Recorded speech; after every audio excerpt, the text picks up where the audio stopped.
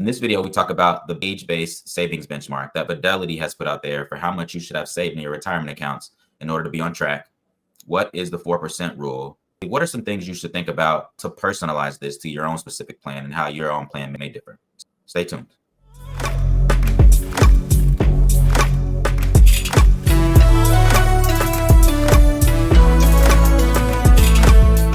A lot of people want to know, are they currently on track and do they have enough saved for retirement? The first thing we're going to talk through is a Fidelity study that came out earlier this year that set some benchmarks based on age around how much you should have saved for retirement. So this shows from Fidelity how much you should have in retirement savings at certain ages. It does adjust based on your income. So it is a multiple of your salary. And this can be really helpful to see where should you be based on how old you are in retirement saving dollars. So you'll see at age 30, it says that you should have 1 times your salary in retirement savings. 401k, IRA, somewhere in the retirement space, you should have 1 time salary. By age 35, getting up to 2 times salary. By age 40, having 3 times your salary in retirement savings. We'll jump to age 50, which says that you should have 6 times your retirement salary. And then when we get to age 60, we should have 8 times our salary in retirement savings. And then at age 67, which is standard retirement age, full retirement from a Social Security perspective, that you should have 10 times your annual salary saved in retirement accounts. And so this chart really does help give us benchmarks on where we should be. We have a lot of clients when we're doing their plan and when they're looking at their net worth for the first time, they're really saying, is this good? Is this the right amount? Am I doing better or worse than other people? And so this is a really nice snapshot to say, how are you doing based on these benchmarks?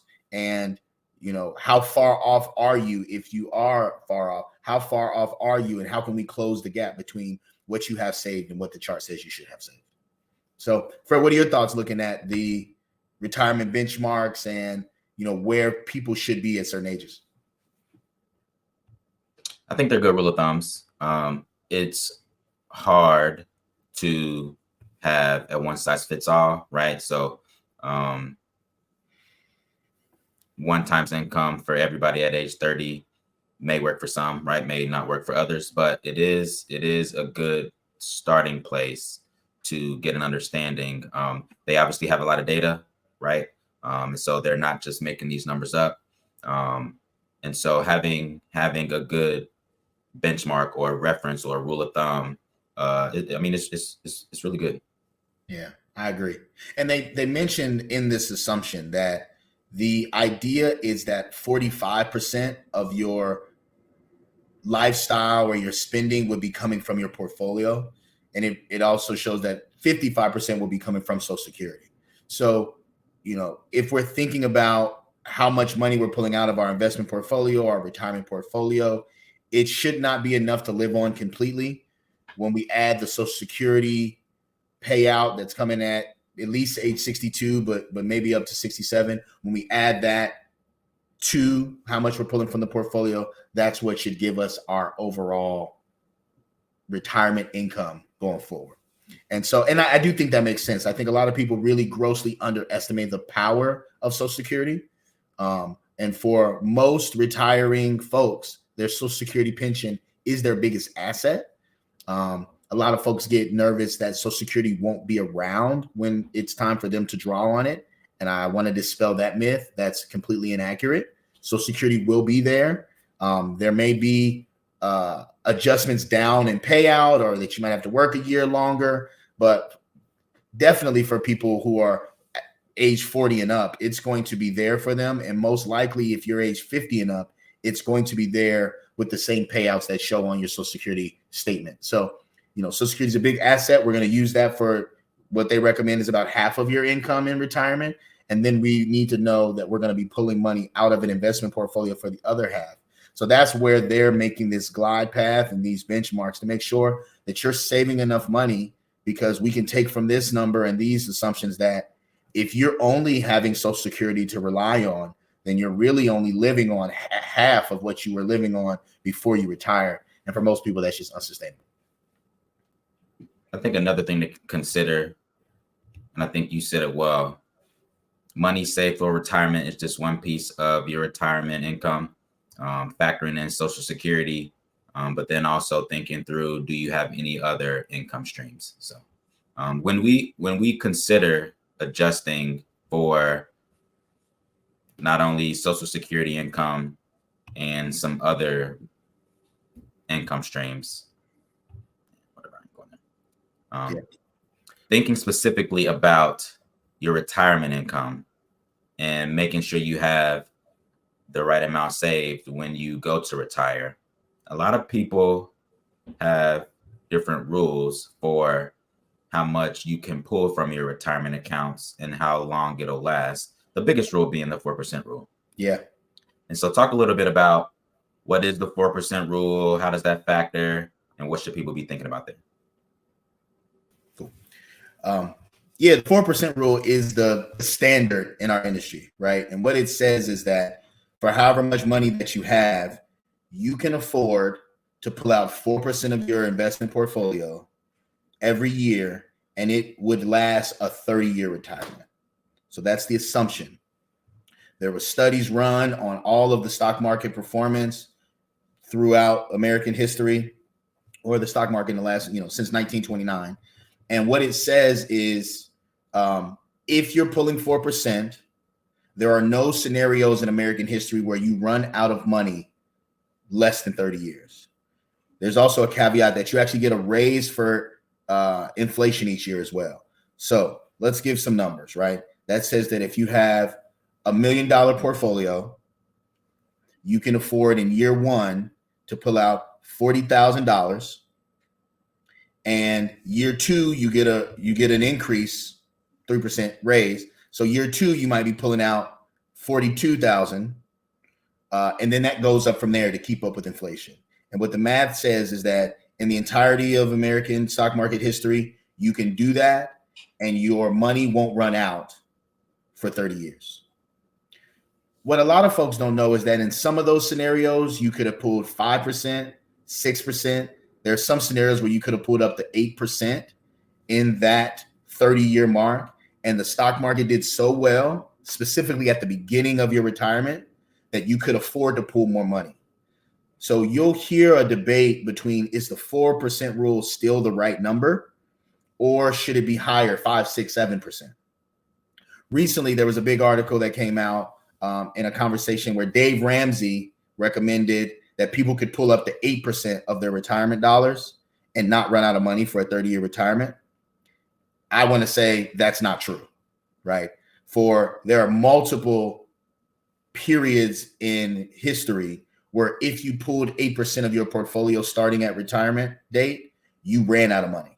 You ran completely out of money. You either were living only on Social Security or you went back to work. So this is me saying, do not listen to that advice. Do not pull 8%. If you have $1 million in a portfolio, do not pull 80,000 out year one. You will run out. There's a high likelihood that you'll run out. But when we do our planning, we use a guardrails approach, which means that, and a lot of times we're starting at maybe 5%, maybe even 6%, depending on the client. And so we can start higher than 4%, but we have to make a commitment, and clients have to make a promise to themselves that as time goes on, if the market does poorly and their portfolio starts to drop, that they'll cut back some of those expenses. And that can be tough. It can be really tough on a fixed income, or really tough in retirement to reduce your expenses 10%, to go from spending $6,000 a month to spending $5,400 a month, right? There are some real things that will be tough about that. But if you're willing to make those adjustments along the way, you can start at a higher amount. And in our planning, we can really calculate how much can you start pulling out? When would you have to cut back? And then it's not all doom and gloom. There are scenarios where you get a raise, right? We can start off pulling 6%, and the market does so well that we can pull more money now. We can take more out. But really that guardrail approach allows us to adjust along the way based on stock market performance, inflation, healthcare expenses, tax changes, all the things that we can't know at the starting line of retirement.